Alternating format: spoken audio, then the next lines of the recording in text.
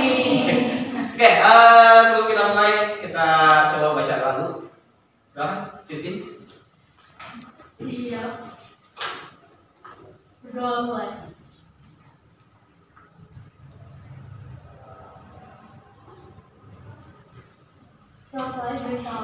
Assalamualaikum warahmatullahi wabarakatuh. Waalaikumsalam warahmatullahi wabarakatuh. Oke ya, ini adalah pertemuan pertama kita. Ya, sebelum kita mulai, kita akan coba buat dulu ya keyakinan kelas yang akan kita jalani sampai nanti semester depan ya, atau sampai nanti tahun ajaran. Makanya kita akan sepakati apa saja yang hal-hal yang boleh dilakukan di kelas maupun yang tidak. Sebagai contoh, kalau Ustaz mintanya tidak boleh makan di kelas ketika pembelajaran, kalau minum boleh. Kalau dari kalian mungkin kalau ada ide, boleh kita akan tuliskan dan kita akan sepakati seperti itu. Oke? Ya. Ada ide silakan. Ada yang mau nulis silakan di depan keyakinan kelas yang kalian sepakati, dan kalau kalian melanggar berarti kalian tahu konsekuensinya seperti apa. Boleh? Tuliskan di depan. Boleh. Kita coba kita lihat ada beberapa apa.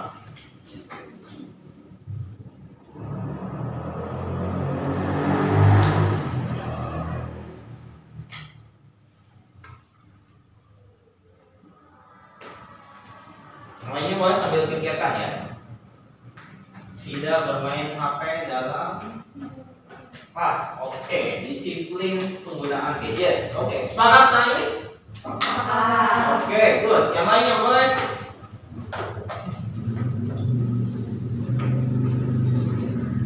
Dari tiap baris mungkin ada boleh. Yang menurut kalian kelas yang bikin kelasnya nyaman, tapi tidak melanggar aturan sekolah ya.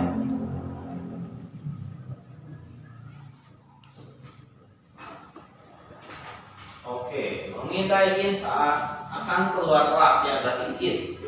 Sepakat? Sepakat. Oke, good. Yang lainnya boleh? Kamu apa? Ya untuk kalian nyaman, bikin kelas itu nyaman, belajar tenang. Ada yang lain? Tidak sama. Contohnya? Banget.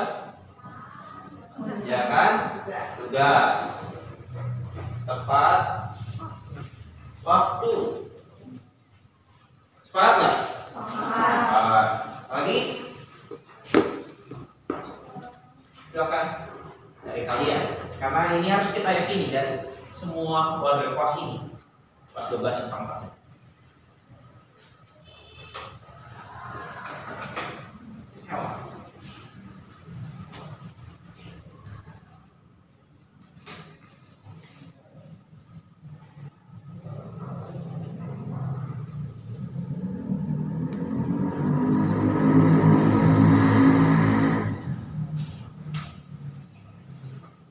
Menjaga keberadaan kelas. Oh, berarti ini berulang piket ya. Kalian sudah yakin ya, saling saling tanggung jawab terhadap kelas, kebersihan kelas. Sepakat? Oke. Yang lainnya boleh. Apalagi kalian yang perlu kita yakini kebersamaan kita.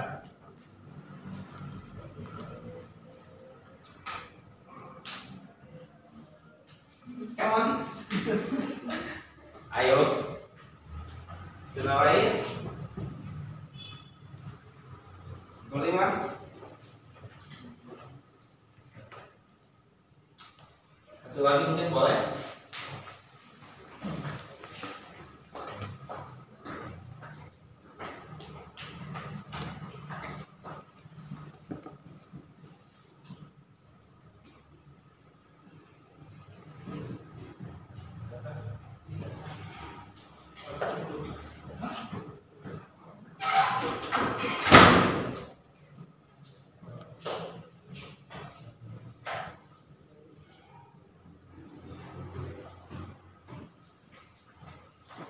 Tidak bersih saat guru bilang oke, berarti memperhatikan dengan seksama berarti ya. Oke, good ya. Dari beberapa poin ini mungkin nanti kita akan bisa tambah lagi situasional yang jelas. Dengan 5 poin ini, kalian yakin? Sepakat? Oke, coba raise your hand. Angkat tangannya yang setuju. Oke, ya berarti semua yang setuju. Berarti kita akan menyepakati keyakinan ini, keyakinan kelas ini, dan semoga kalian konsisten menjaga. Oke, ya kalau sudah ini, sekarang kita akan coba lanjut ke materi berikutnya.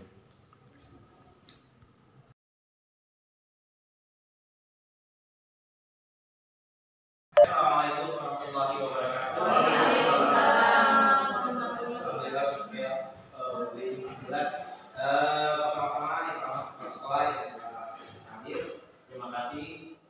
Terus kepada Pak Kasep Guru, Sarana, Humas, dan juga kesiswaan atas partisipasinya, serta terlupa para rekan-rekan guru hebat di semasa dan juga para rekan guru penggerak, ya. Dan semoga semua guru semasa bisa menjadi guru penggerak.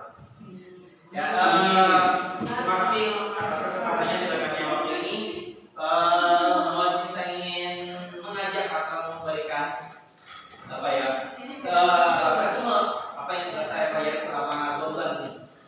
Ya, ini tentang penerapan budaya positif di sekolah, ya, dan tentang bagaimana perubahan yang bisa diaplikasikan di sekolah ini.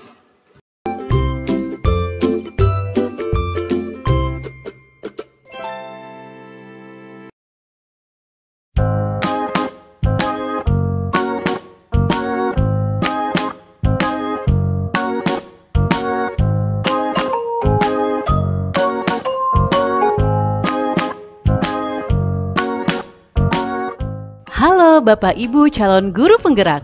Video ini berisi tentang diagram identitas gunung es yang menjelaskan konsep penumbuhan karakter.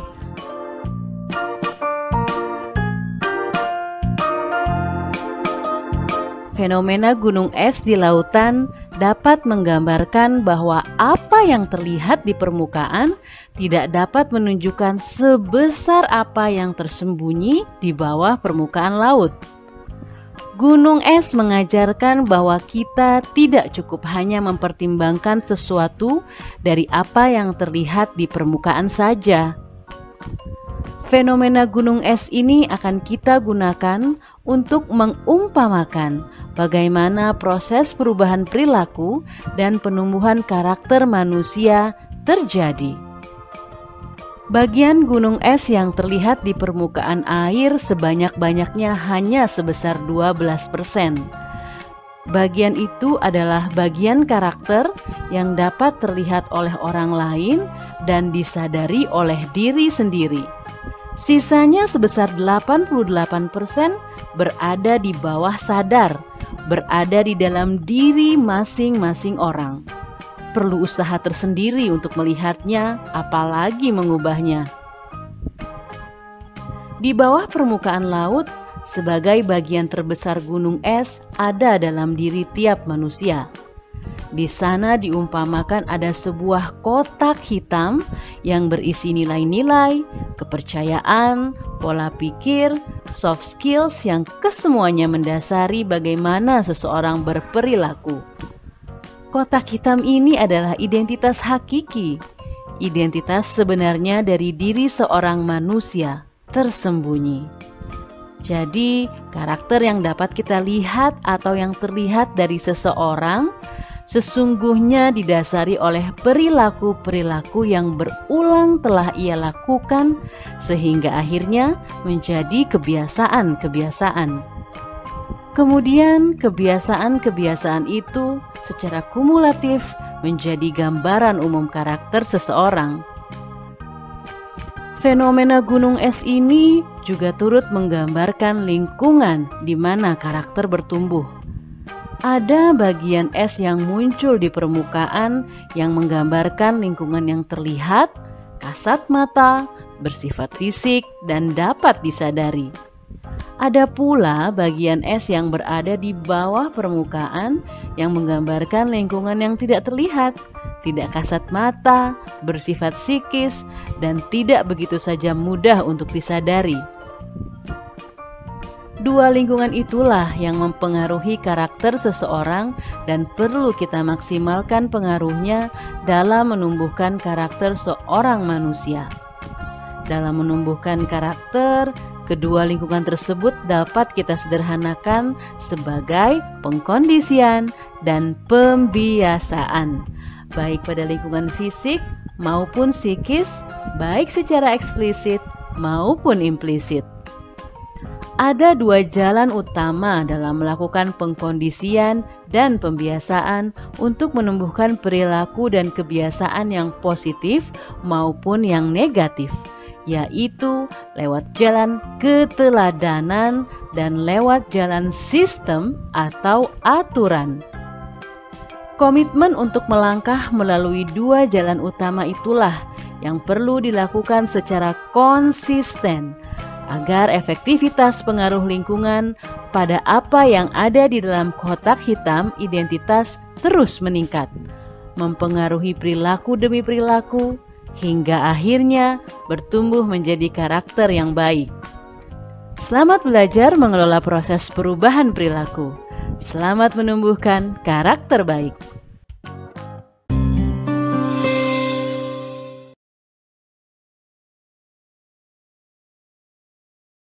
Kita tahu ya, ada istilah paradigma. Ya, paradigma mungkin ada yang seperti yang kita pernah tahu, itu tentang gerakan perubahan, ya, gerakan perubahan dalam dunia pembelajaran, terutama dalam dunia pendidikan. Ya, di sini kami ya, para CGP itu diamanahi ya untuk bisa memberikan dampak perubahan yang positif terhadap dunia pendidikan, khususnya di sekolah yang kita ajar sekarang. Ya. Oke, di sini seperti yang kita nampak ya, ini salah satu perubahannya ketika biasa kita belajar di kelas, ada yang bisa belajar di luar kelas ya. Jadi belajar itu tidak hanya dari ruang kelas ya, di manapun bisa untuk belajar.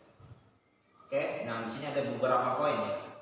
Perubahan paradigma itu berarti kita akan merubah sesuatu yang biasanya dari kebiasaan ya menjadi perubahan yang lebih baik. Oke, di sini contohnya ada stimulus respon ya, ada pemaksaan, ada pada saat rujukan gagal, atau juga ada realitas kebutuhan yang sama ya, ada juga melihat hal yang sama pandangannya, ada juga yang ingin merubah orang lain ya, ada juga perilaku buruk yaitu kesalahan, ada orang lain yang bisa mengontrol saya ya, ada juga yang saya bisa mengontrol orang lain, atau model berpikir menang atau kalah. Ini adalah stimulus respon ya, jadi ketika ada dikasih sesuatu dia akan responnya bagaimana. Nah, hendaknya kita ada berubah ya, menjadi meningkat lebih baik, menjadi posisi yang di sebelah kiri saya. Ini tentang teori kontrol. Jadi teori kontrol di sini artinya kita bisa berubah menjadi lebih baik ya, dimana ketika ada permasalahan juga gagal, kita berubah menjadi kolaborasi ya, kerjasama dan konsensus ya, kesepakatan. Terus juga ketika realitanya kita kebutuhan yang sama, kita mungkin sudah berbeda-beda, itu tidak bisa dipaksakan. Terus ketika itu juga ketika ada yang melihat hal yang sama, mungkin orang punya pandangan yang berbeda, itu hal yang wajar ketika berbeda pendapat ya. Atau juga ketika merubah orang lain, kita berubah menjadi memahami orang lain yang jangan egois seperti itu. Dan ketika berperilaku buruk berarti ya semua perilaku memiliki tujuannya masing-masing, meskipun kelihatan mungkin bagi kita nampak buruk, mungkin dia punya niatan yang berbeda yang kita tidak tahu ya. Terus juga di sini ketika orang lain bisa mengontrol saya, ingat yang bisa mengontrolnya harus kita sendiri yang bisa mengontrolnya diri sendiri. Dan ketika kita berusaha mengontrol orang lain, sebenarnya secara fakta kita tidak bisa mengontrol orang lain. Karena apa? Ya karena yang bisa mengontrol orang lain yang mereka sendiri. Yang bisa mengontrol orang itu ya dirinya sendiri. Dan ketika berpikir menang kalah ya, kita harus berpikir win-win solution ya. Kita berpikirnya bahwa ya semuanya sama-sama menang, simbiosis mutualisme seperti itu. Oke ya, itu tentang ini. Dan di poin berikutnya ya, motivasi perilaku ya, seperti yang kita tahu setiap manusia punya motivasi tertentu dalam hal berbuat sesuatu. Di sini khususnya dalam dunia pendidikan, bagaimana para murid kita mempunyai motivasi yang berbeda dalam hal dunia pendidikan. Kita dalam hal mengerjakan tugas, belajar, datang ke sekolah, atau menjawab pertanyaan guru, ya, ataupun kita sebagai gurunya pun mungkin punya motivasi yang berbeda. Meskipun kita sebagai pendidik, mungkin belum tentu kita pikirannya ketika datang ke sekolah itu khusus untuk mendidik. Jadi ada yang mungkin yang masih punya motivasi entah ingin bercengkrama dengan temannya, entah ingin meningkatkan kompetensi, entah apapun itu yang selama hal yang positif itu bagus ya motivasinya, kenapa enggak? Ya contoh di sini seperti saya gambarkan adalah mengikuti upacara ya, mengikuti upacara ya motivasinya mungkin ada yang memang dia sebagai mempunyai nilai positif, keyakinan bahwa saya sebagai murid harus mengikuti aturan sekolah, mengikuti upacara bendera sebagai kewajiban. Dan ada yang juga mungkin di sini yang memahami atau motivasinya, oh karena teman lain ikut saya juga ikut-ikutan. Ada juga yang mungkin motivasinya, wah karena saya sebagai murid dan diperintah oleh guru harus ikut. Jadi seperti itu. Jadi motivasinya berbeda-beda. Dan kalau kita lihat sebenarnya motivasi mereka itu bisa lihat dari sini ya. Dari tiga perilaku motivasi perilaku manusia berdasarkan dari Diana Gosen ya dalam bukunya Restructuring School Discipline ya. Jadi aspek pertama yaitu tentang untuk menghindari ketidaknyamanan atau hukuman ya. Seperti tadi ketika ikut upacara mungkin dia itu nggak mau dihukum karena yang nggak ikut upacara biasanya berdiri di belakang ikutinya atau dia disejajarkan dengan guru ya atau seperti itu, jadi mendapat posisi yang tidak nyaman. Makanya untuk menghindarinya dia akhirnya ikut upacara seperti itu. Terus juga ada juga yang pengen mendapatkan imbalan untuk menghargai dari orang lain. Ya ini hal yang lumrah yang wajar ketika melakukan sesuatu pengen mendapatkan hal yang baik atau income ya, tergantung. Ketika orang kerja dia pengen dapat gaji ya, ketika dia berbuat baik pengen dapat penghargaan, ketika dia lomba pengen dapat menang piala seperti itu hal yang wajar. Jadi ada motivasi tersendiri yang bisa menguatkan dia untuk mendapatkan penghargaan dari orang lain, pengakuan seperti itu hal yang wajar dari manusia. Dan ada juga yang menjadi orang yang mereka inginkan dan menghargai diri sendiri dengan nilai-nilai yang mereka percaya. Nah ini sebenarnya yang bagus itu, ketika mereka motivasinya ingin berbuat menjadi yang lebih baik ya, ketika mereka bisa menghargai diri sendiri dengan nilai-nilai yang mereka percaya. Contohnya ketika tadi ada contoh murid yang ikut upacara karena dia percaya upacara itu wajib, menanamkan sikap disiplin ya, ketika dia berbaris, ketika dia berhormat, ketika dia sikap sempurna, ketika dia istirahat menunaikan amanah dari pembina, itu bagi dia selama itu positif dan yakin itu hal yang kebaikan, dan itu berarti menghargai diri sendiri seperti itu. Atau ketika juga mungkin seperti kita mengantri ya, hal yang sederhana, ketika mengantri kalau mereka yang yakin bahwa dengan mengantri itu merupakan hal yang disiplin yang bagus, maka dia akan mengantri dengan tenang. Dia akan mengantri dengan disiplin. Ketika dia mendapatkan kesempatan terakhir ya wajar, karena mungkin dia datang terakhir, dia menerimanya. Dan ketika dia selalu mengantri, kalau dia yakin itu positif, mungkin dia akan melakukan hal-hal yang bermanfaat. Mungkin dia bisa membaca buku, mungkin dia bisa sepertinya ngobrol dengan teman sebelahnya, atau mungkin dia bisa juga menghafal atau apapun itu. Seperti yang kita suka lihat di negara maju, ternyata disiplin positif hal yang kecil seperti mengantri itu penting, bisa merubah sebuah watak atau karakter manusia yang menjadi hal yang sangat luar biasa. Karena kalau kita lihat dari makna mengantri saja, di situ kita menghargai hak orang lain. Di situ juga kita bisa mengajarkan bahwa kesabaran itu penting. Di situ juga kita berarti menjunjung tinggi sikap hukum fair play. Ketika dia datang awal boleh ya, berarti dia memang dapat haknya. Ketika dia datang telat ya harus terima konsekuensinya, seperti itu juga. Dan di situ juga bisa menanamkan sifat kreatif. Ketika kita menunggu, kita mau ngapain? Kita bisa menambah pengetahuan, kita bisa ada mungkin main game kayak gitu, tapi intinya mengisi waktu dengan bermanfaat. Dan semoga Indonesia juga bisa seperti itu ya. Karena Indonesia seperti yang kita tahu agak kurang disiplin, dan semoga dengan sadarnya kita tiga teori motivasi ini, semoga kita bisa menjadi yang poin ketiga ini ya, agar ya kita ketika menginginkan sesuatu itu karena kita yakin itu baik dan kita menghargai diri sendiri, tidak berberhak orang lain, tidak asal ikut-ikutan. Ketika kita yakin dan itu hal baik ya kenapa enggak kita lakukan seperti itu ya. Dan di slide berikutnya ya ini tentang disiplin positif. Kita tahu siswa kita, murid kita ini yang disiplinnya kadang-kadang ini salah satu contohnya ketika banyak siswa yang kesiangan ya, kita melaksanakan semacam pembinaan untuk menumbuhkan rasa keyakinan kelas, dan nanti akan dihubungkan juga dengan poin keyakinan kelasnya. Dan salah satu disiplin positif tadi kita menuntut sikap disiplin dan nilai keyakinan yang positif terhadap diri mereka. Ya, disiplin positif dalam pendidikan. Ya, di sini seperti yang tadi contohkan ya, jadi tentang ini contohnya ada yang di itu yang seperti yang tadi dijelaskan. Ketika masih ada murid yang kesiangan seperti itu kan, di sini kita coba memberikan pembinaan yang baik ya, salah satunya dengan doa seperti itu, menanam keyakinan kembali ya. Kita berusaha mencoba mungkin restitusi ya, mungkin nanti di materi berikutnya akan lebih dijelaskan. Intinya di sini menanam disiplin positif, menanamkan nilai-nilai kebajikan, menanamkan nilai-nilai keyakinan yang positif terhadap murid kita itu, bahwa hal yang baik seperti datang tepat waktu itu sangat baik. Hal yang baik ketika sholat berjamaah itu baik. Hal yang baik ketika ketika mengerjakan tugas sesuai waktunya, sesuai rambu-rambunya, itu juga baik indikatornya seperti itu. Bismillahirrahmanirrahim. Ya Allah, temani hamba Allah. Alhamdulillahirabbil alamin. Ya Allah, aku mencintaimu ya Allah. Ar-Rahmanir-Rahim, cintai aku juga ya Allah.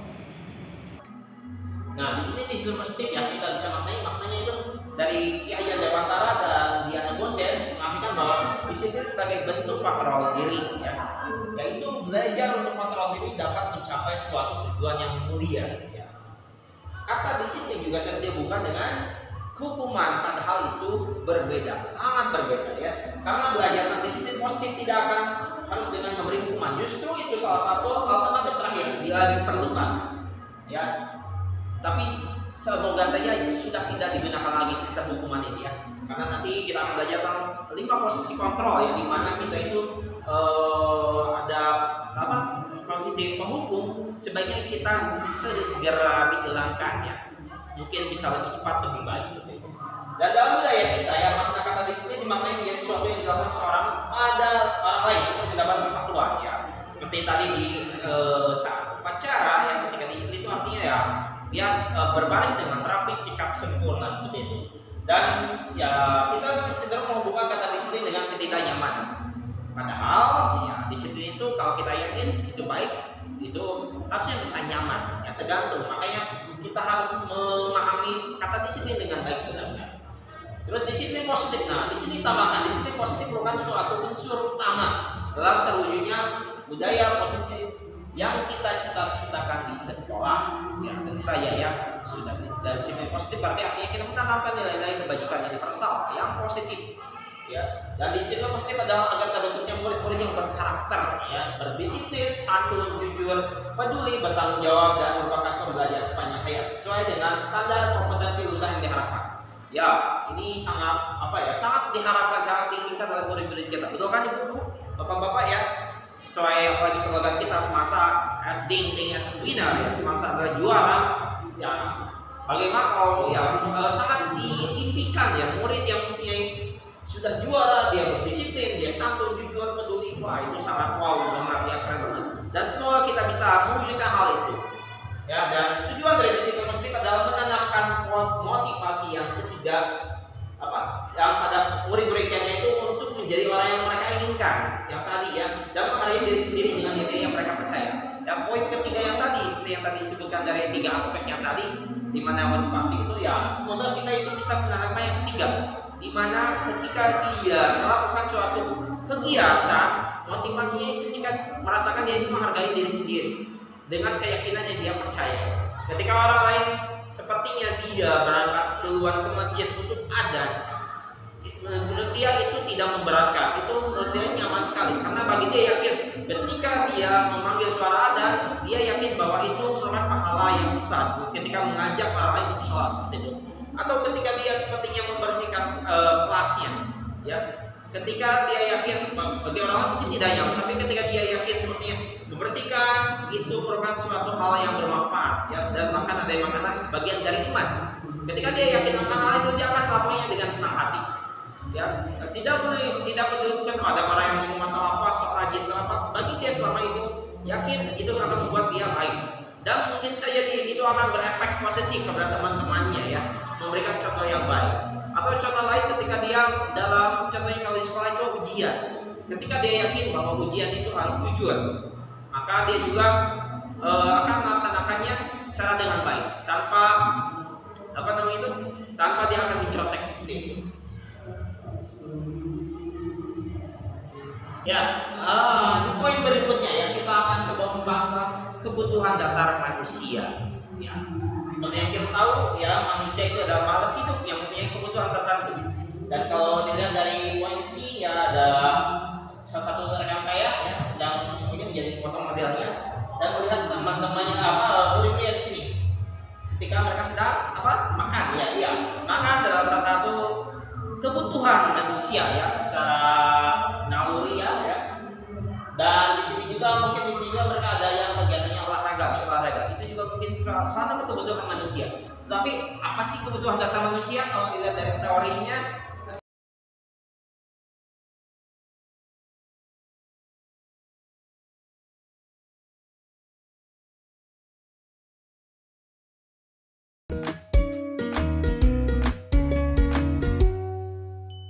Salam dan bahagia Ibu dan Bapak guru hebat.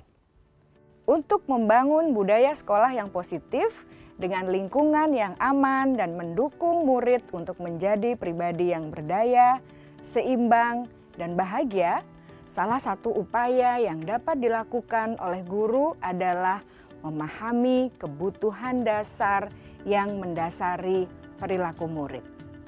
Pada video kali ini, kita akan membahas tentang 5 kebutuhan dasar manusia.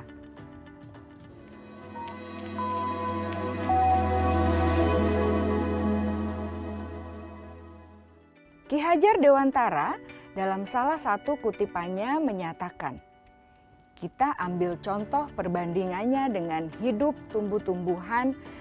Seorang petani dalam hakikatnya sama kewajibannya dengan seorang pendidik yang menanam padi misalnya. Hanya dapat menuntun tumbuhnya padi.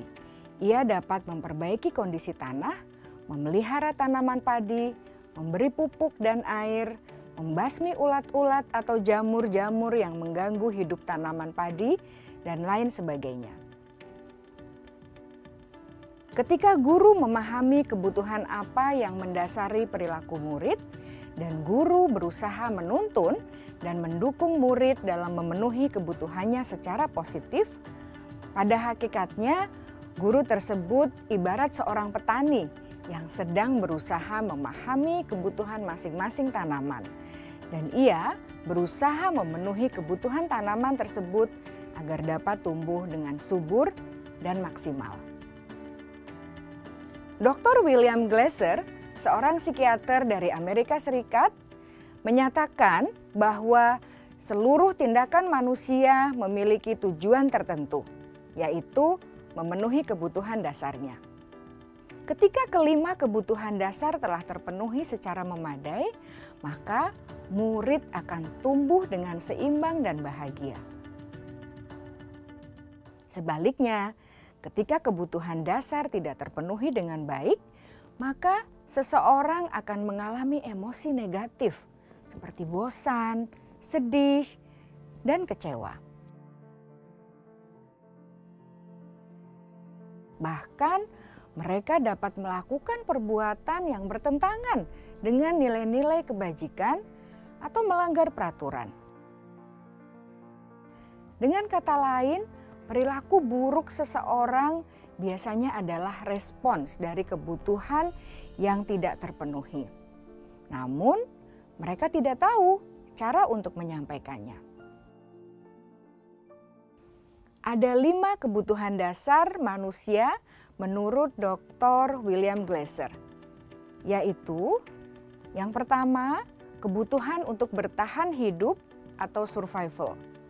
Yang kedua, kebutuhan untuk merasa diterima atau love and belonging.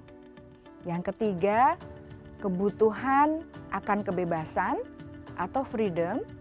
Yang keempat, kebutuhan akan kesenangan atau fun. Dan yang kelima, kebutuhan akan penguasaan atau power.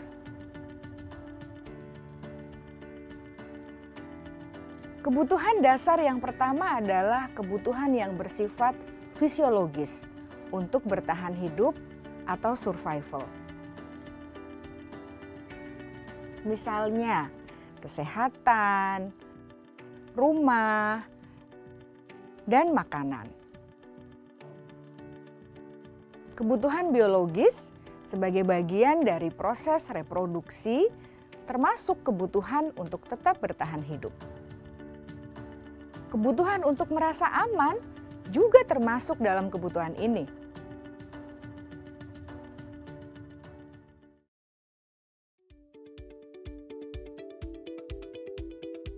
Agar murid dapat belajar dengan baik, kebutuhan mereka akan rasa aman, pangan, sandang, dan papan harus terpenuhi. Bagaimana mungkin mereka dapat belajar dengan baik bila mereka datang ke sekolah dengan perut yang lapar atau bila rumah mereka kebanjiran?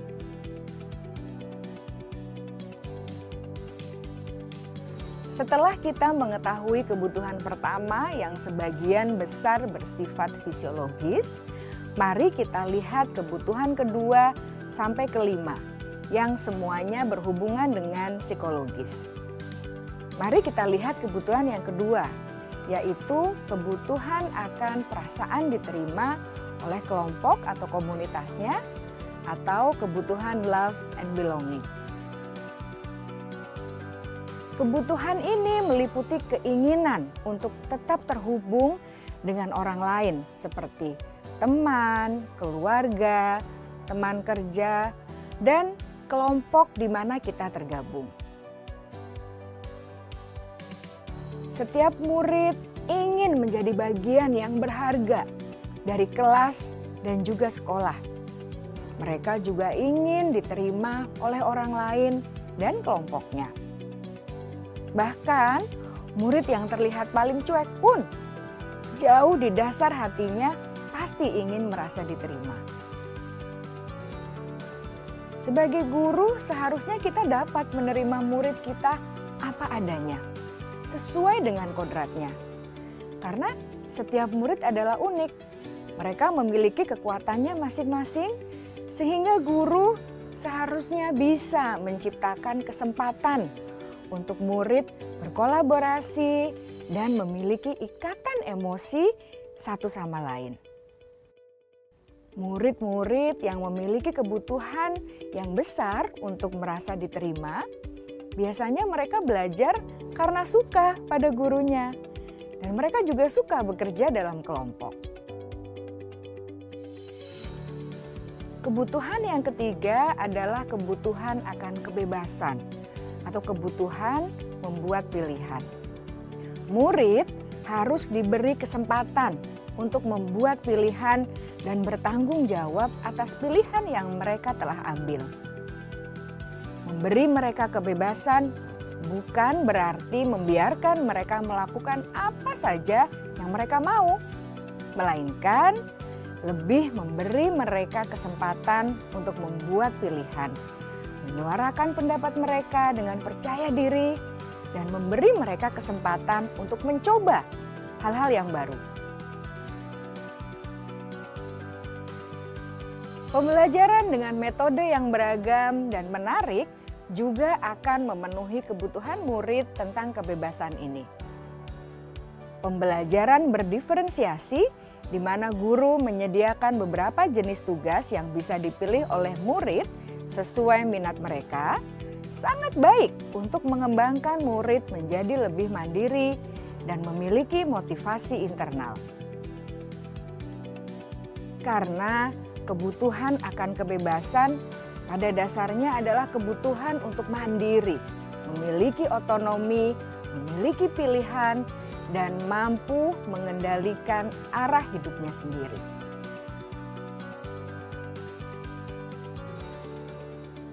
Kebutuhan yang keempat adalah kebutuhan akan kesenangan.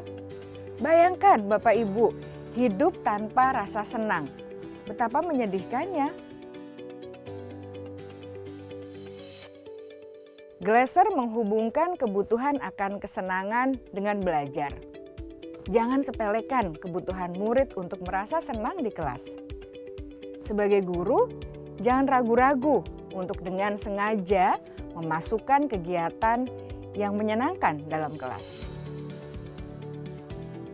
Murid-murid dengan kebutuhan dasar kesenangan yang tinggi ingin menikmati apa yang mereka lakukan. Mereka juga konsentrasi tinggi saat mengerjakan hal-hal yang disenangi.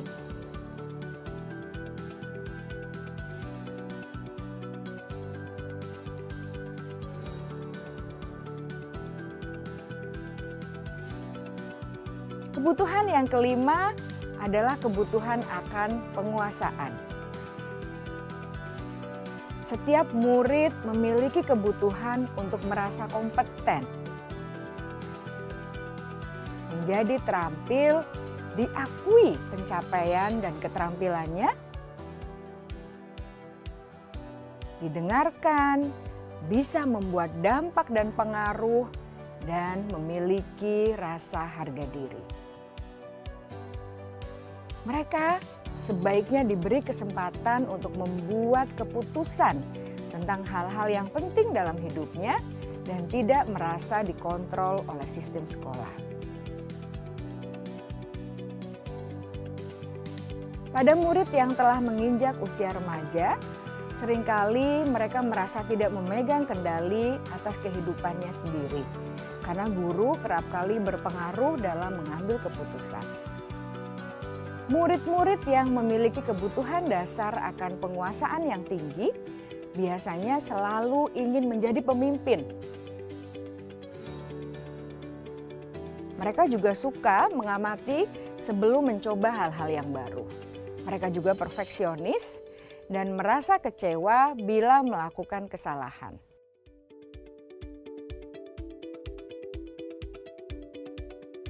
Ibu dan Bapak guru sangatlah penting bagi kita untuk mengetahui kebutuhan dasar murid-murid, agar kita memahami alasan di balik sikap dan tingkah laku mereka. Bila murid berperilaku buruk atau melanggar peraturan, sehingga tindakannya tidak sesuai dengan nilai-nilai kebajikan, maka guru harus mencari tahu alasan yang mendasari tindakan tersebut dan kebutuhan apa yang belum terpenuhi.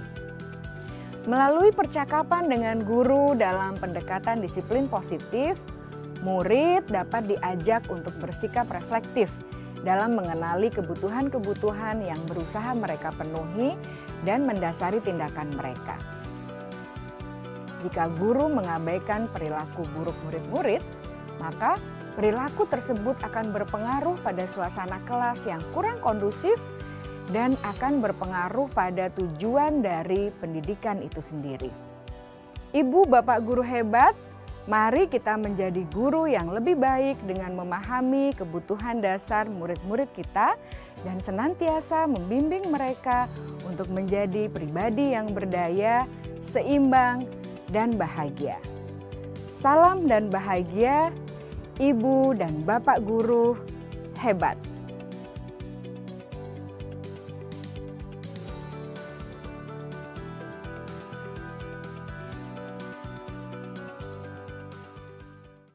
Ini teori kebutuhan dasar manusia ya. Dilihat dari perkembangan otak yang sendiri ya. Jadi sebenarnya manusia itu mempunyai beberapa kebutuhan dasar ya.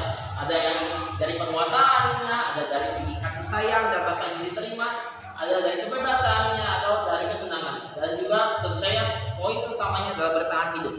Karena bagaimana dia akan mengakhirinya kalau tidak bertahan hidup dulu. Tentunya ini mungkin ya. Tapi ini tetap lima-limanya adalah utama. Saya akan coba sedikit menjelaskan ya tentang poin-poin tersebut. Di sini ada penguasaan, yaitu kebutuhan pengakuan di atas kemampuannya. Ya, di sini seperti yang kita tahu seperti seorang raja ya, yang memerintah. Berarti itu dia adalah dasar penguasaan. Dia ingin memerintah atau memberikan komando sebagai tanda bahwa dia itu punya kemampuan untuk melakukan hal itu. Ya, di sini kebutuhan berhubungan dengan sesuatu yang mencapai sesuatu. Contohnya menjadi kompeten. Yang menjadi menjadi kompeten, menjadi terampil, diakui atas prestasi dan keterampilan kita, didengarkan dan memiliki harga diri. Ya, ini tipikal yang pemimpin ya, di mana dia ingin selalu menunjukkan keahliannya, keterampilannya, dia memimpin, dia bisa memantau, dia menyusun strategi, dan juga dia mempunyai keahlian seperti itu. Atau juga dari murid-murid kita mungkin, ketika dia merasa punya badan besar, dia kadang suka ada sedikit intimidasi terhadap muridnya yang atau temannya yang lebih lebih lemah seperti itu. Itu salah satu yang menunjukkan bahwa dia lebih overpower, yang lebih kuasa. Itu salah satu contoh. Atau juga seperti kita penguasaan terhadap kayak seperti kita laki-laki dewasa terhadap anak kecil, kadang kita suka memerintah apa, itu juga menunjukkan kebutuhan dasar penguasaan ya. Terus ada poin selanjutnya itu tentang kesenangan. Ya, kesenangan di sini. Ya, kesenangan di sini yaitu kesenangan untuk memenuhi rasa senangnya. Di mana kebutuhan ini untuk mencari kesenangan, bermain dan tertawa. Anak-anak dengan kebutuhan dasar kesenangan yang tinggi biasanya ingin menikmati apa yang dilakukan. Mereka juga bisa berkonsentrasi tinggi saat mengerjakan hal yang disenangi. Ya, ini salah satu sifat dasar yang kesenangan.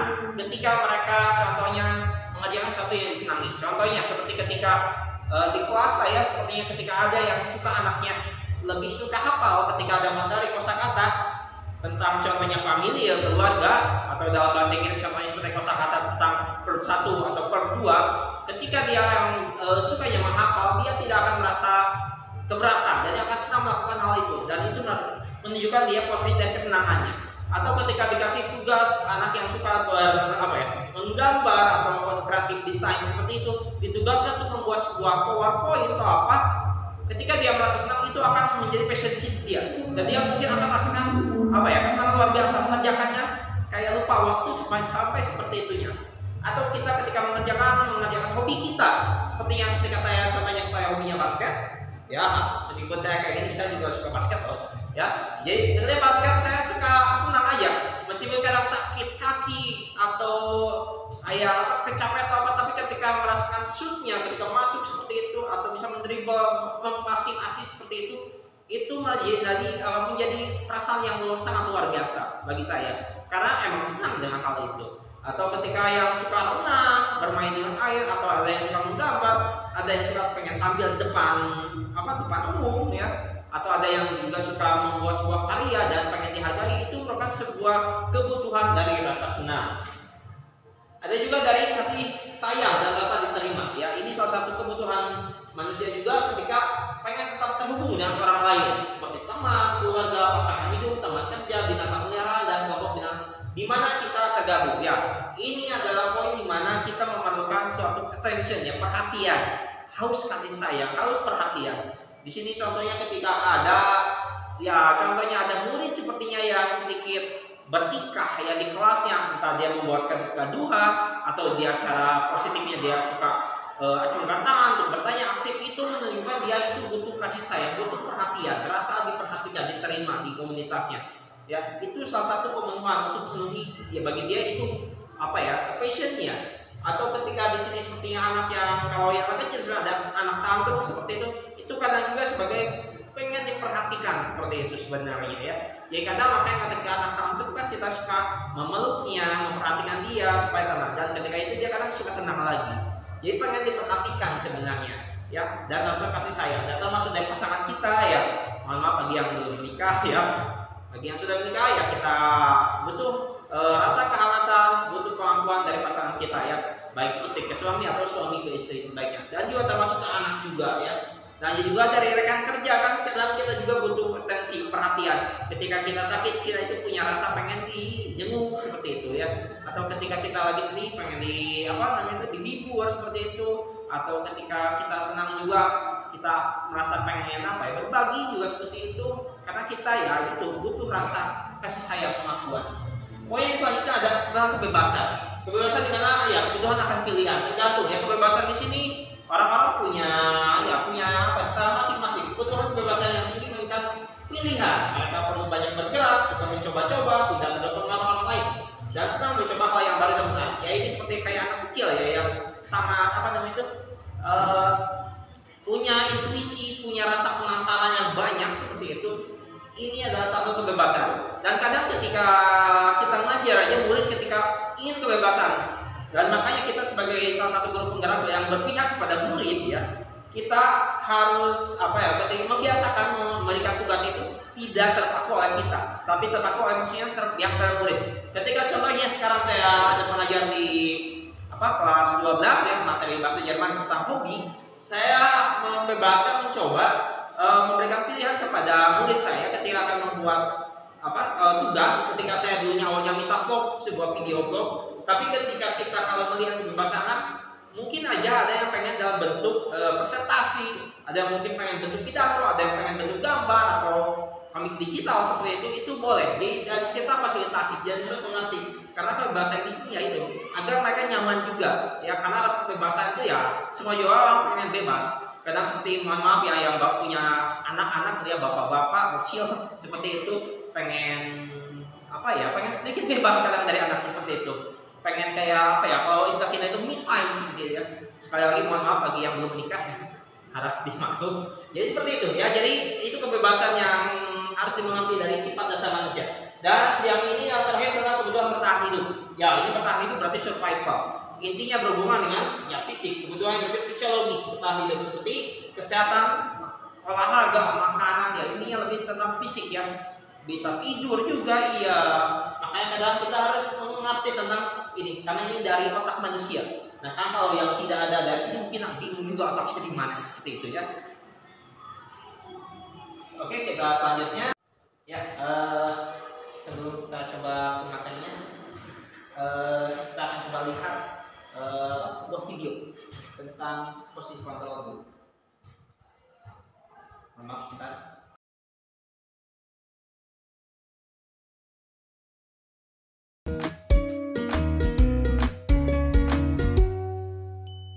Salam bahagia Ibu dan Bapak guru hebat. Dalam penerapan disiplin positif restitusi, salah satu program yang dikembangkan adalah 5 posisi kontrol. 5 posisi kontrol dalam restitusi adalah proses perjalanan seorang pendidik agar dapat mengenali dirinya. Pada video kali ini, kita akan membahas tentang 5 posisi kontrol yang dikembangkan oleh Diane Goossen dan contoh penerapannya.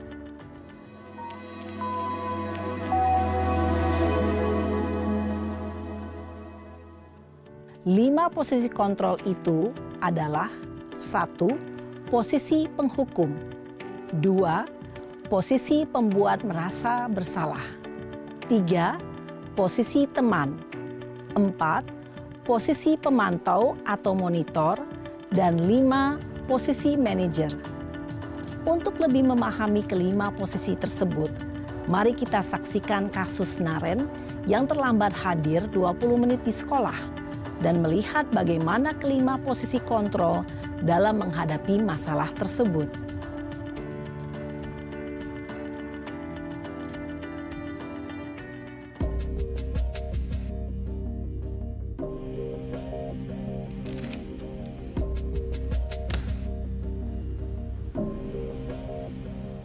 Naren!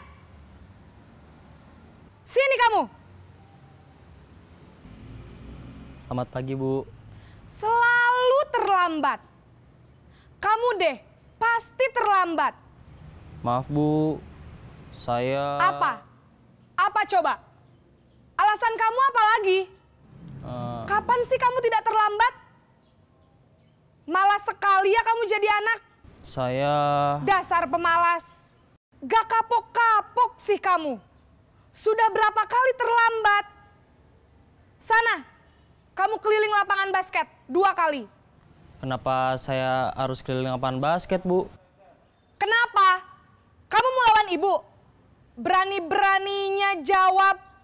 Sudah terlambat, masih berani jawab pula. Sekarang, keliling lapangan basket 5 kali sekalian. Biar kapok. Cepat. Pergi sana ke lapangan basket.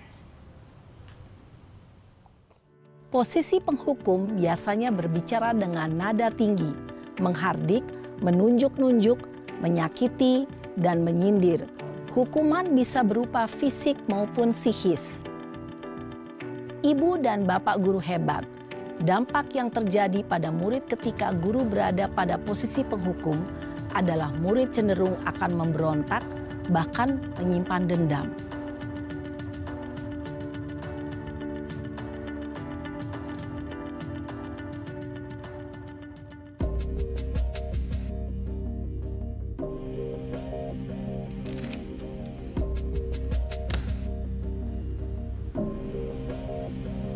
Naren!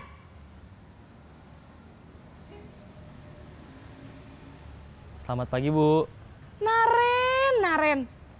Kamu kenapa terlambat lagi, Nak? Ya Tuhan, Naren.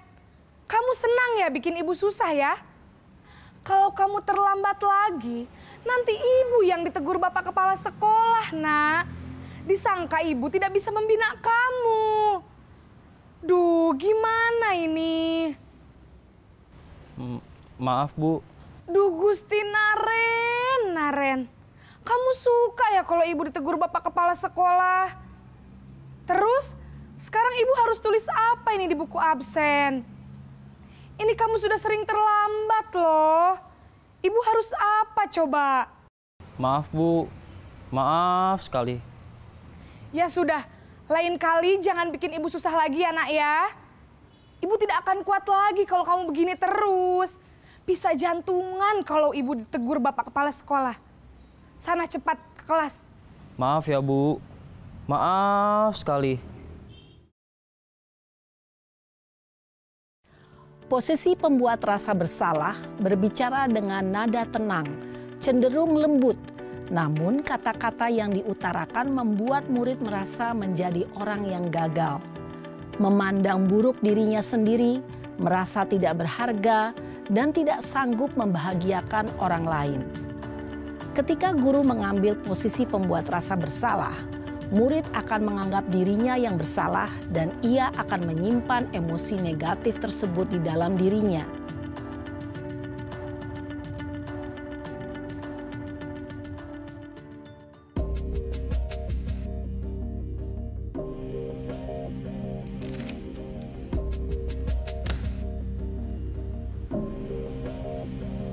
Naren!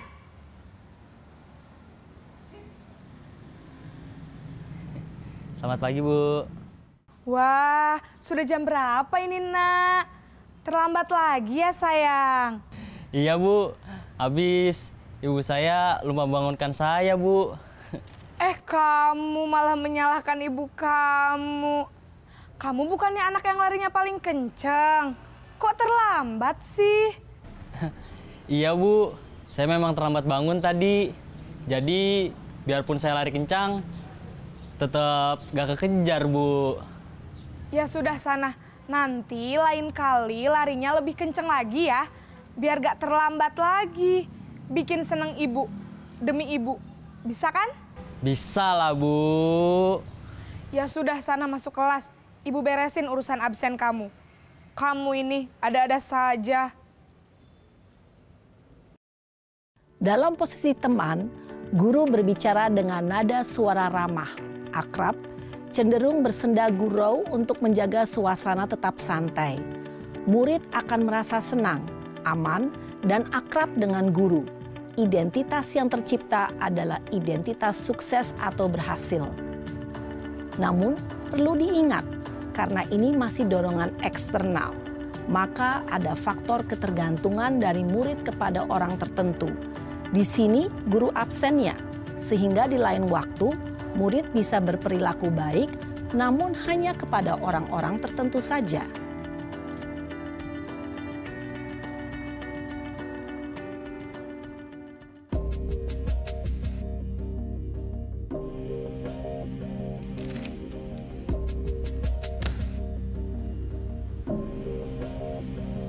Naren!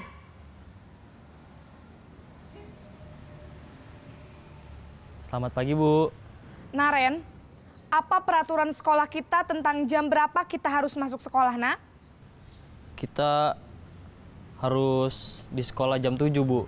Iya, betul. Sekarang sudah jam 7.20. Naren sudah tahu konsekuensinya jika terlambat hadir. Paham, Bu. Saya harus tinggal kelas pas jam istirahat selama 20 menit. Ya benar, konsekuensinya demikian. Jadi nanti jam 9.30 pas istirahat, kamu harus tinggal di kelas, kerjakan tugas tambahan untuk ketertinggalan kamu, ya.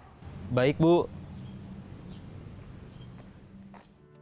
Posisi pemantau mengandalkan penghitungan atau data untuk mengontrol murid. Guru mengarahkan murid berdasarkan peraturan dan konsekuensi. Seorang pemantau menunjukkan bahasa tubuh dan ekspresi wajah yang datar dan cenderung formal.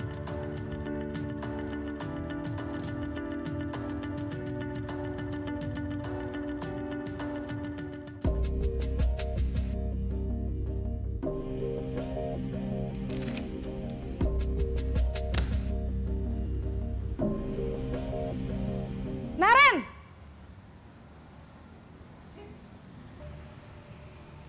Selamat pagi, Bu. Selamat pagi, Naren. Maaf, Bu. Saya terlambat. Iya, sekolah masuknya jam 7, sekarang sudah jam 7.20. Jadi sekarang bagaimana ini, Naren? Maaf, Bu. Saya lupa setel alarm saya semalam. Baiklah, menurut kamu, keyakinan sekolah yang mana yang perlu kamu tingkatkan? Menghargai diri sendiri dan orang lain mungkin ya, Bu. Setuju. Jadi, apakah Naren meyakini prinsip saling menghormati tersebut? Iya, Bu. Saya meyakininya. Apakah Naren bersedia memperbaiki masalah keterlambatan ini? Bersedia, Bu. Bagaimana kamu akan perbaiki masalah keterlambatan ini? Saya akan coba untuk tidak lupa menyetel alarm saya, Bu. Baik, kalau Naren lupa menyetel alarm di rumah, ada orang yang kira-kira bisa bantu mengingatkan tidak? Ada, Bu. Kakak saya, Kak Ema. Ada lagi selain Kak Ema? Selain Kak Ema, ada ibu saya. Baik, jadi yang mengingatkan Naren adalah Kak Ema dan ibu kamu ya? Kira-kira akan mulai setel alarm kapan nih, Naren? Setelah pulang sekolah, akan segera saya lakukan. Baik, jadi Naren akan setel alarm untuk bangun besok pagi dan akan diingatkan oleh kakak dan ibunda Naren ya. Ada lagi yang mungkin perlu dilakukan, Naren? Agar tidak terlambat bangun lagi. Tidak ada, Bu. Baik, Naren. Terima kasih untuk kerjasama kamu. Sekarang kamu perlu kembali ke kelas untuk belajar. Baik, Bu. Terima kasih.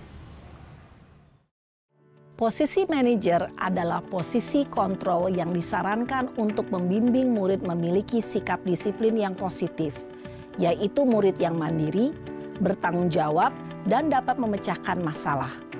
Tujuan dari posisi ini adalah agar murid dapat berefleksi atas tindakannya. Guru akan dengan tulus memberikan pertanyaan-pertanyaan bermakna, sehingga membuat murid dapat belajar dari kesalahannya dan mencari sebuah solusi untuk menyelesaikannya.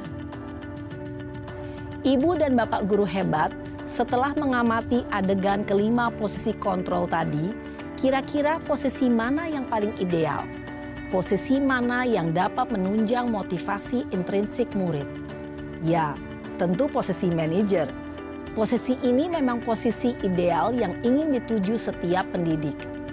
Pada posisi inilah, guru dapat menerapkan disiplin positif yang berpihak pada murid, yang memerdekakan murid. Perjalanan seorang pendidik tentunya tidak mudah untuk sampai pada posisi seorang manajer. Namun, tujuan kita pasti, yaitu menciptakan murid-murid yang mandiri, merdeka, dan bertanggung jawab. Semoga penggambaran 5 posisi kontrol yang telah diperlihatkan ini dapat menjadi ajang refleksi bagi kita semua, agar dapat terus mengasah dan menerapkan disiplin positif yang memerdekakan murid. Mari terus berlatih dan bersemangat. Selamat menerapkan. Salam dan bahagia, Ibu dan Bapak guru hebat.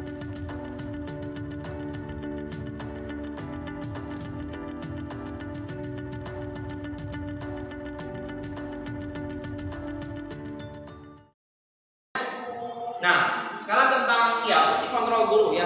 Seperti yang pernah kita mungkin rekan-rekan lihat pernah ini tentang nanti bisa dilihat tentang posisi kontrol guru di mana sih selama ini kita guru itu punya beberapa maksudnya peran ya.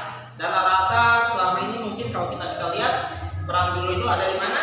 Ya bisa dilihat oleh rekan-rekan sekalian ya, ada yang penghukum, pembawa bersalah, teman, pemantau atau manajer ya. Mungkin kebanyakan dari kita pernah melakukan 5 ini tanpa sadar, dan kebanyakan mungkin ada di satu poin. Kita lihat dulu ya tentang posisi penghukum ya. Penghukum tentang berarti kita memberikan hukuman kepada teman-teman, kepada murid kita ya. Contohnya ketika kita sepertinya menjadi petugas piket di depan, kita menyapa siswa murid kita yang telat, kadang kita memberikan sesuatu konsekuensi ya atau hukuman mungkin yang tidak ada hubungannya. Contohnya seperti ketika dia sepatunya bebas ya, tidak sesuai dengan warna aturan sekolah, warna hitam, kadang kita suka meminta dia untuk membuka sepatunya dan dia seharian tidak boleh memakai sepatu. Nah, padahal itu sebenarnya tidak ada hubungannya dengan pelanggaran yang itu, meskipun kecuali kalau dia awalnya sudah membuat konsekuensi. Makanya nanti kita harus pentingnya menanamkan keyakinan kelas seperti itu ya. Jadi semoga kita bisa mengurangi posisi di sini ya. Jadi jangan selalu terus menyalahkan murid kita kalau berbuat salah. Kita lihat dulu posisinya. Dan kalau sepertinya ketika contohnya ketika kita ke anak sendiri, contohnya seperti itu. Karena ini bisa tidak hanya di sekolah ya, kita bisa terapkan juga di rumah kita. Ketika contohnya di rumah kita menerapkan kepada anak kita, contohnya kita belum memberitahukan atau menerangkan atau memperingati bahwa anak kita contohnya listrik itu, colokan listrik itu bahaya. Dan ketika si anak tiba-tiba memegangnya dengan keingintahuannya dan rasa penasarannya, dan kita langsung memarahinya, menghukumnya, sebenarnya kata saya itu posisi yang salah. Kita langsung menghukum dia dan si anak akan merasa nangis atau apa, itu harusnya kita tidak melakukannya. Kenapa? Karena kita tidak memberitahukannya lebih awal dulu, membuat kesepakatan bahwa ini bahaya, sehingga anak itu nanti akan nurut ya. Jadi semoga kita tidak melakukannya lagi dan menguranginya kan. Terus ada juga yang ini juga sering mungkin ya, saya juga mungkin pernah ya, membuat merasa bersalah ya, dimana kita seakan-akan membebankan kesalahan itu kepada si anaknya, menambah berat perannya ketika berbuat salah. Ketika contohnya dia jarang sekolah, tiba-tiba kita bilang, bagaimana kalau ibu kamu tahu, bagaimana ekspektasi dari orang tua kamu, keluarga kamu, itu akan membebani dia terlalu berat, kasihan juga. Dan ketika kita bilang apalagi sama ibu atau bapak sangat kecewa dengan kamu, itu akan membuat dia mental breakdown seperti itu ya. Atau ya kita kayak beberapa kali saya bilang, kamu kenapa gini lagi, itu ya membuat rasa bersalah kepada si pihak muridnya. Dan semoga sama seperti yang tadi ya, kita bisa mengurangi peran seperti ini ya. Atau juga posisi ada lagi yang lebih atau saya itu sebagai teman. Meskipun ya dalam ilmu psikologi setahu saya, untuk kebetulan saya mengajar di SMA kan, seperti yang ini di kelas 10, 11, 10, 12, yang usianya itu cocok itu sebagai perannya sebagai teman ya. Tetap posisi kita tetap juga harus tahu kapan menjadi teman mereka, kapan tetap menjadi guru ya.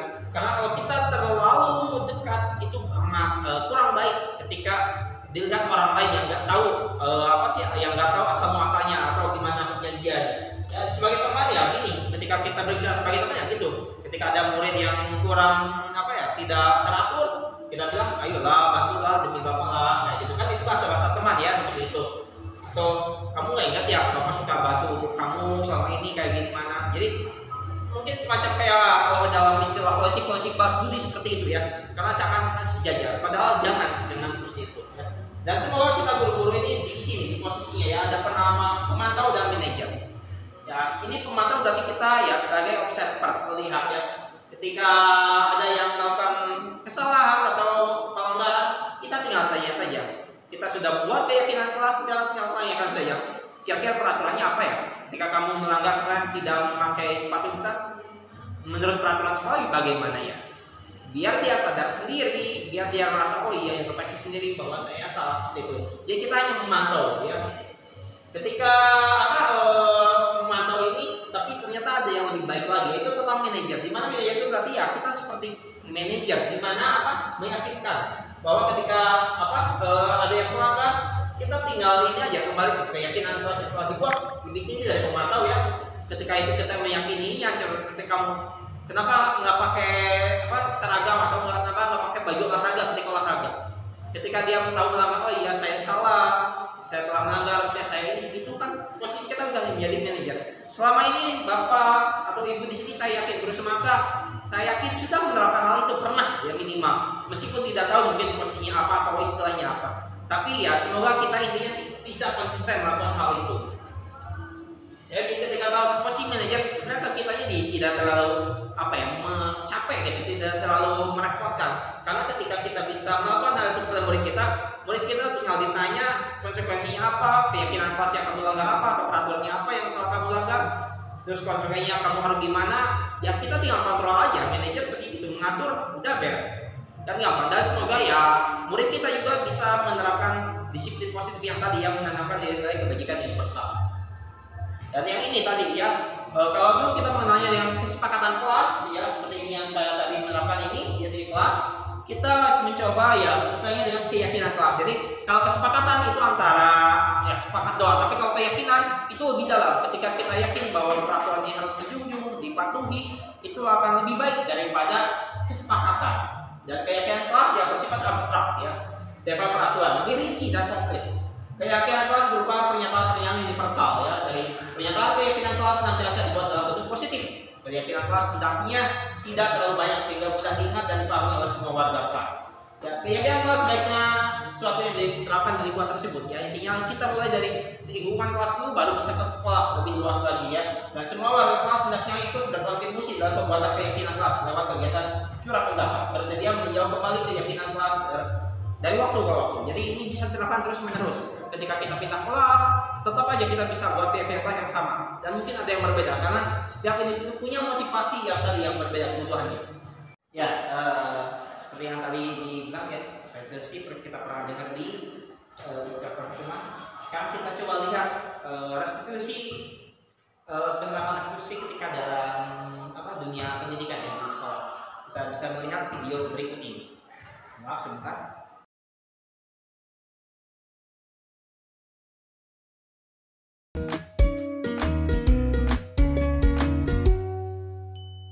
Salam dan bahagia Ibu dan Bapak guru hebat.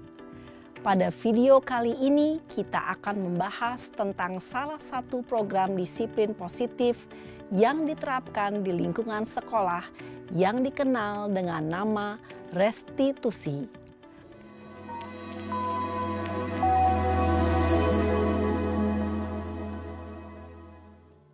Restitusi dikembangkan oleh pakar pendidikan Diane Gosson, berlandaskan pada teori kontrol Dr. William Glasser.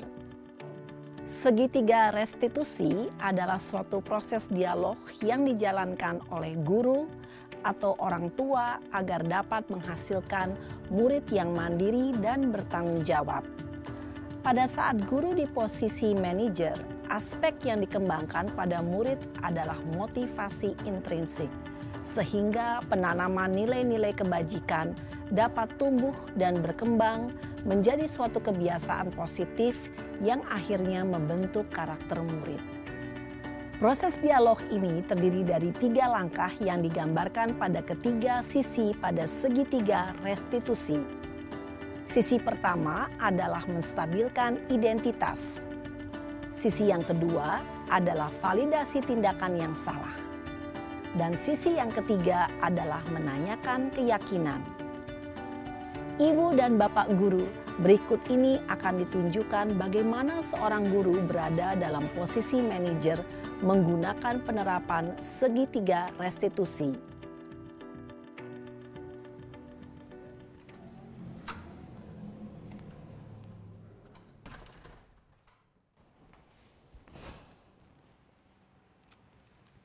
Siang Sarah.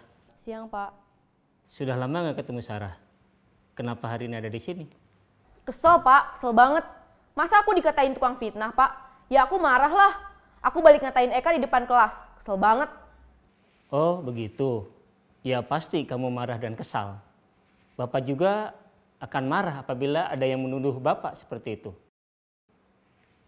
Kemudian pada saat itu kamu mau melakukan apa? Ya saya langsung ngatain Eka lah Pak. Kesel banget. Saya bentak-bentak dia depan teman-teman lain. Oh begitu. Pasti kamu melakukan seperti itu karena suatu alasan tertentu bukan? Iyalah, masa saya diam saja Pak? Ya saya bela diri lah. Masa saya dituduh tukang fitnah?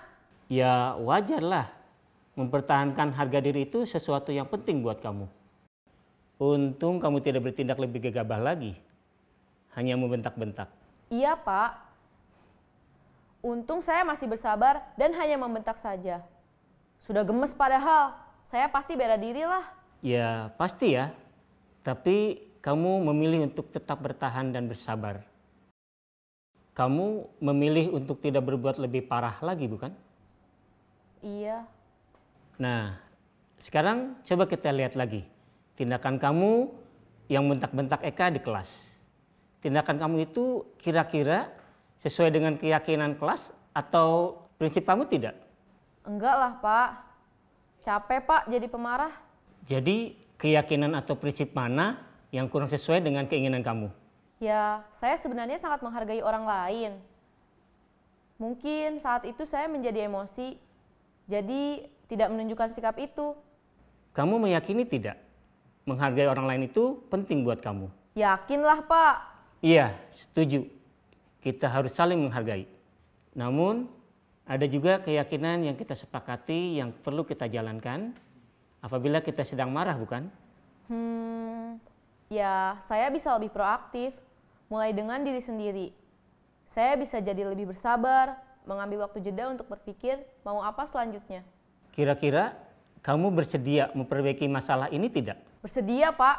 Kalau kamu memperbaiki masalah ini, kamu akan menjadi orang seperti apa? Saya akan menjadi orang yang bertanggung jawab kali ya, Pak. Dan senantiasa proaktif. Iya, menurut kamu bagaimana rasanya menjadi orang seperti itu? Ya nyaman lah, bangga bisa bersabar dan menahan diri. Baiklah kalau begitu. Yuk kita pikirkan bagaimana memperbaiki masalah ini.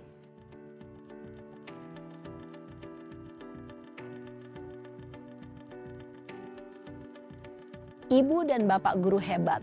Baru saja kita menyaksikan contoh bagaimana seorang guru berada dalam posisi manajer menggunakan penerapan segitiga restitusi. Mari kita bahas satu persatu.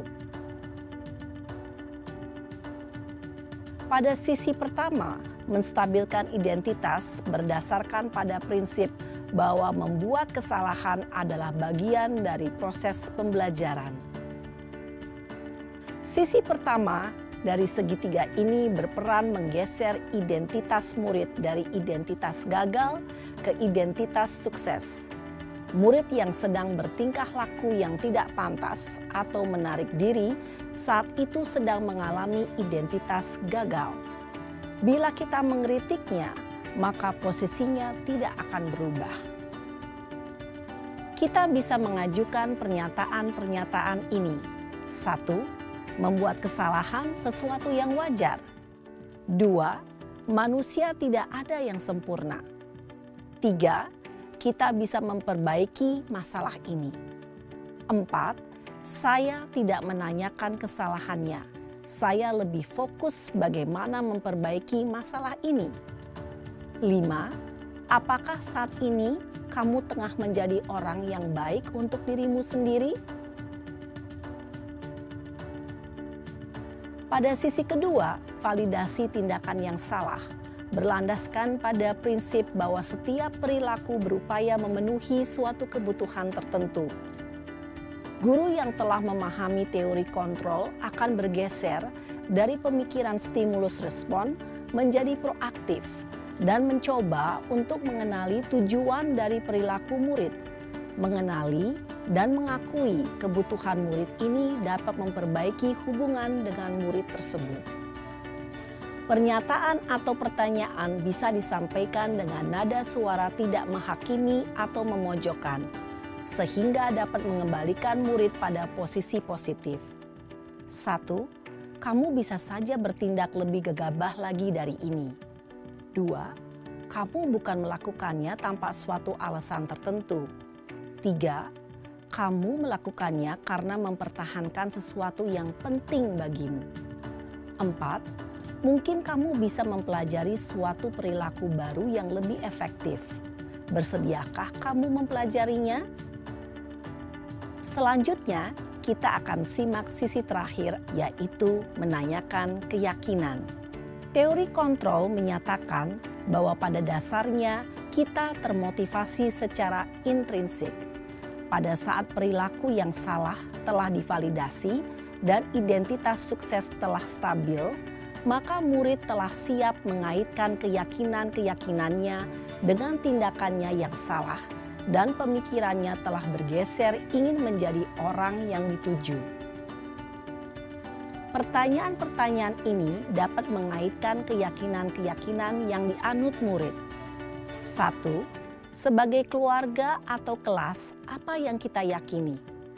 2. Nilai-nilai apa yang telah kita sepakati? 3. Seperti apa gambaran sebuah kelas yang ideal bagi kamu? 4. Kamu ingin menjadi orang seperti apa?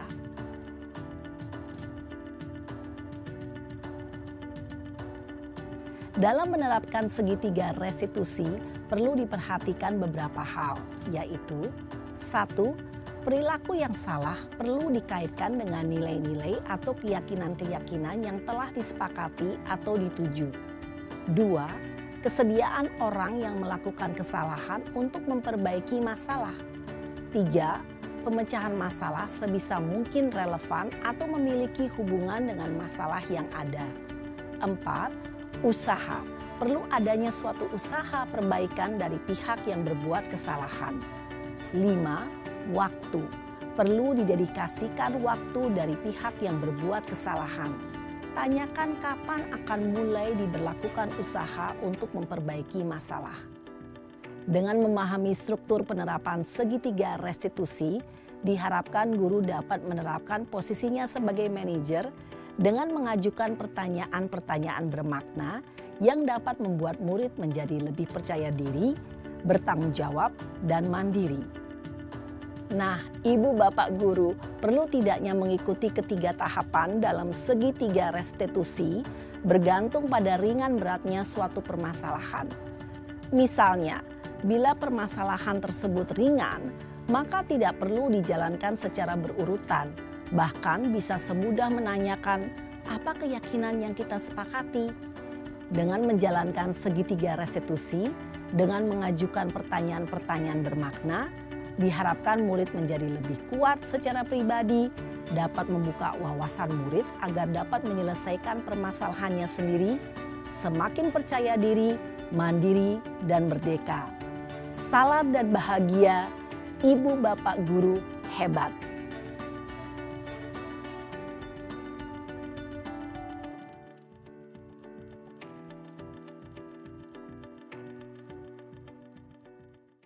Terus ketika ada sebuah pelanggaran, ada istilah segitiga restitusi. Ada yang pernah dengar?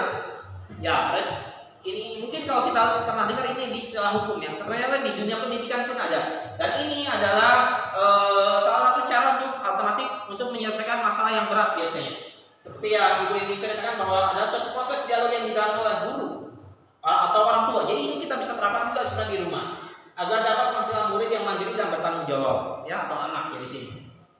Nah, segitiga restitusi berarti ada 3 ya, di mana ada tahapannya, ada menstabilkan identitas, validasi tindakan yang salah atau menaikkan keyakinan. Dan 3 tahap ini tidak harus selalu menyusun ya. Bisa yang menaikkan keyakinan dulu, bisa validasi yang jelas. Ini selalu berdampingan ya. Ini contoh-contohnya menstabilkan identitas ya. Ketika ada anak yang salah, kita bilang ya berbuat salah itu wajar, tidak apa-apa ya. Itu hal yang manusiawi. Tidak ada manusia yang sempurna seperti itu. Bapak juga pernah melakukan seperti itu. Seperti itu. Tapi ya ini juga kan lihat kita ini kamu berhak merasa seperti ini, menstabilkan bahwa itu memang kegiatannya atau tindakannya yang ilmiah, meskipun punya motivasi tertentu seperti itu. Tetapi ya selanjutnya kita harus memvalidasi tindakannya. Ketika dia berbuat seperti itu, mencontek sepertinya, atau dia berbuat tidak sopan, atau dia sepertinya kabur dari sekolah atau apapun, kita harus memvalidasinya. Apa yang kamu lakukan itu apakah benar atau salah? Ya seperti itu kan. Atau mungkin saja kamu bisa berbuat lebih baik, lebih buruk dari itu kan. Tapi tetap ya dia yang penting tujuannya dia mengaku salah dan sadar akan apa yang dilakukan ya. Dan dia mengakui seperti itu kan. Tapi ketika itu kita harus menaikkan lagi keyakinannya. Jadi kembali lagi istilahnya dia sadar sendiri. Ketika dia sadar salah, kembali ke yang tadi, keyakinan kelas yang telah kita buat. Jadi mana ketika kamu yakin dengan peraturan atau keyakinan kelas yang telah kita sepakati, kita buat, kamu yakin gak perbuatan kamu itu sesuai atau melanggar? Kalau dia sadar melanggar, oh iya. Terus kita coba nilai-nilai apa yang biasanya kita tak sepakati atau yang kamu langgar, harusnya gimana? Jadi kita bisa meyakinkan, menanyakan kembali keyakinannya supaya dia kembali ke ke kelompoknya atau ke kelasnya dengan rasa, oh iya saya merasa bersalah, saya minta maaf, bisa ke gurunya, bisa ke muridnya, seperti itu. Jadi tidak langsung kita menjudge dia salah hukum, kita langsung membuat dia mental breakdown yang tadi, memulai bersalah, tapi kita mencoba mengajak secara baik-baik ya, dimana kita menenangkan diri, menstabilkan identitasnya bagi murid terus gimana, terus dia menanyakan kesalahannya, gimana menurut kamu tadi salah sebenarnya, dan baru setelah itu menyatakan keyakinan untuk kembali mengingat hal-hal yang baik, yang positif. Karena kadang hal manusiawi ketika kita lebih ingat tentang kejelekan seseorang daripada kebaikan yang telah dia buat meskipun banyak, itu manusiawi kan. Kadang dia udah berbuat baik 9, tapi salah satu diingatnya 1 aja. Padahal jangan gitu ya, kita harusnya positive thinking, ingat kalau kebaikannya. Oke, Bapak Ibu ya, apakah sudah agak paham tentang segitiga restitusi ini? Ya, jadi intinya ini bisa diterapkan untuk sekali lagi ketika ada permasalahan yang agak cukup besar ya.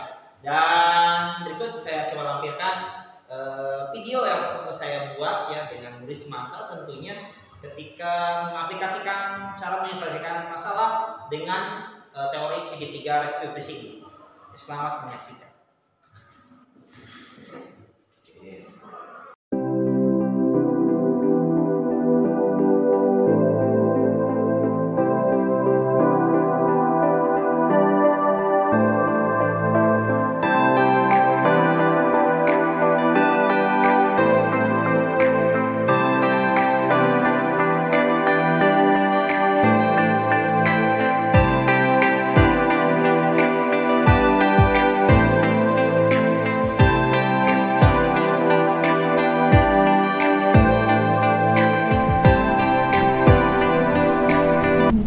Waalaikumsalam.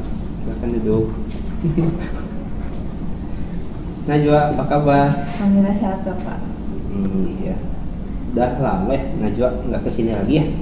Udah lama banget Bapak. Kira-kira kenapa ya Najwa dipanggil di sini?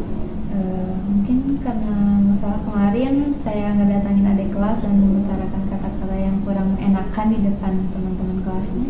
Oh gitu. Ya kemarin Bapak dapat laporan dari guru piket. Katanya ada anak kelas 11 yang tolong mendatangi anak kelas 10 dan terjadi perselisihan ya. Apa yang sebenarnya terjadi?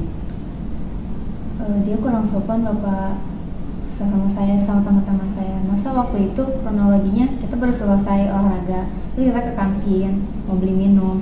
Waktu lewat lorong kelas 10 tiba-tiba ada gerombolan anak kelas 10 di depan pintu ketawa-ketawa, terus kayak ngeliatinnya ke saya. Jadi saya kayak kesel, kayak ngapain sih ketawa-ketawa, apalagi saya kan kakak kelasnya, kayak gak sopan banget itu. Oh gitu. Terus apa yang kamu lakukan waktu itu? Setelah balik dari kantin ya saya ngedatangi kelasnya aja, bilang ya maksud kamu apa sih kayak gitu, gak sopan banget, aku kan kakak kelas kamu. Gitu. Menurut kamu kamu merasa kesal waktu itu? Kesal banget Bapak. Iya. Serasa diremehkan banget saya Bapak.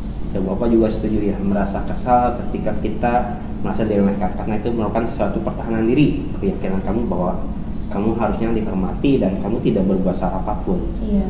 Bapak setuju kan hal itu. Tapi menurut kamu apa yang kamu lakukan itu salah atau benar? Termasuk salah sih Bapak. Kenapa menurut kamu salahnya? Karena saya tidak memikirkan dulu mengapa mereka mau tertawakan saya. Siapa tahu dia ke orang lain, tapi saya sudah menyimpulkan bahwa mereka itu tertujunya kepada saya. Gitu. Ya menurut kamu itu perbuatan yang kurang baik ya. Dan untungnya kamu masih menahan diri mungkin ya. Iya. Karena Bapak dengar juga tidak ada terjadinya konflik fisik. Iya. Kamu untungnya masih bisa bersabar ya.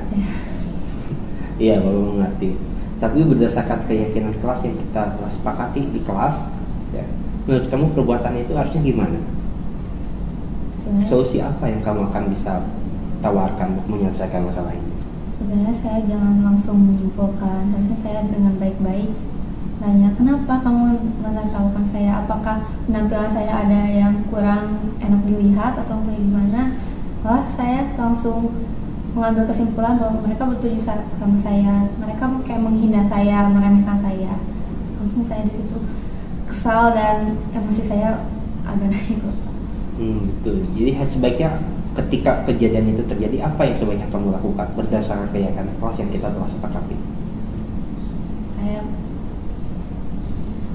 menahan diri dulu sebelumnya, terus kayak tidak melakukan tindakan tersebut karena itu mempermalukan saya juga, mempermalukan adik kelas dan membuat hubungan antara kakak kelas dan adik kelas itu jadi putus. Kurang baik. Iya. Ya, seperti itu. Sebaiknya tidak asal menyimpulkan suatu kejadian.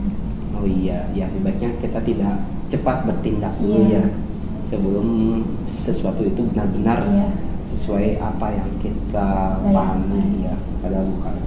Menurut kamu, kalau kamu ketika itu bisa menahan diri, apa yang kamu bisa rasakan?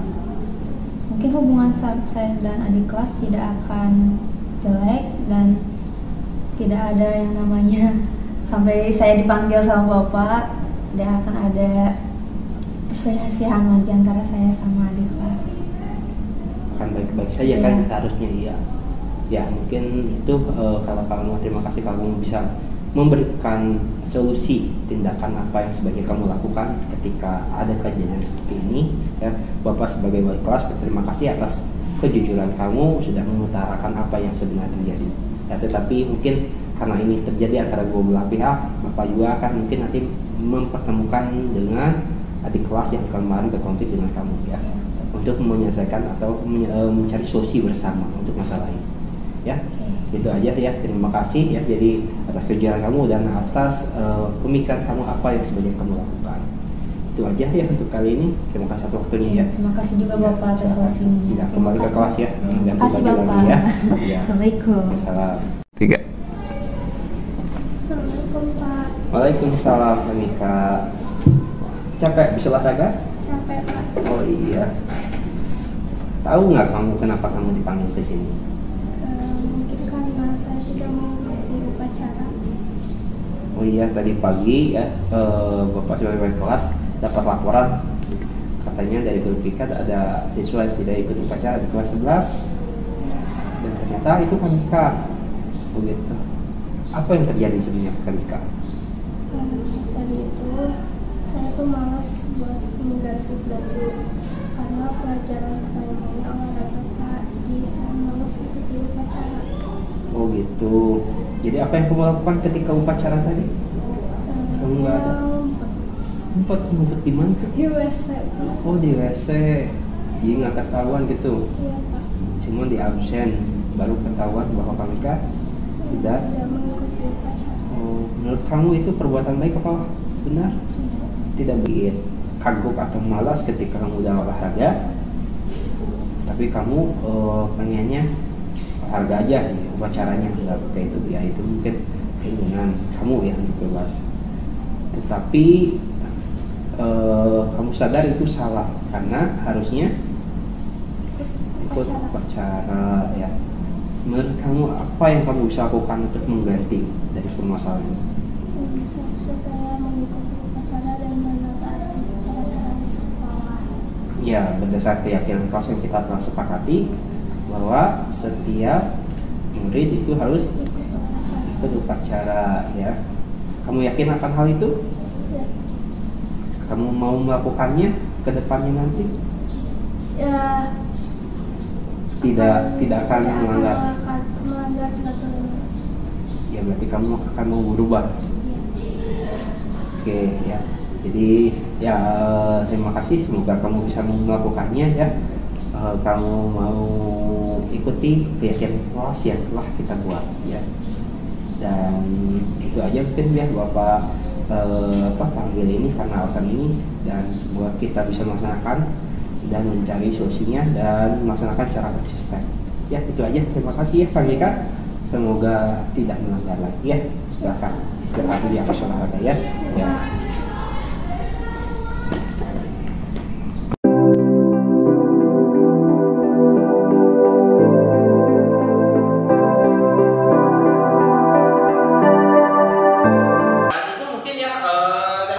Itu saja mungkin dari saya.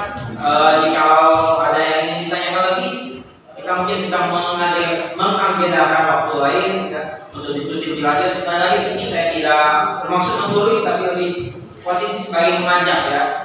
Karena kita salah satu di Guru Penggerak itu nilainya adalah kolaboratif ya, yaitu bekerja sama untuk membangun sekolah kita ya semasa juara. Oke, terima kasih atas waktunya. Assalamualaikum warahmatullahi wabarakatuh.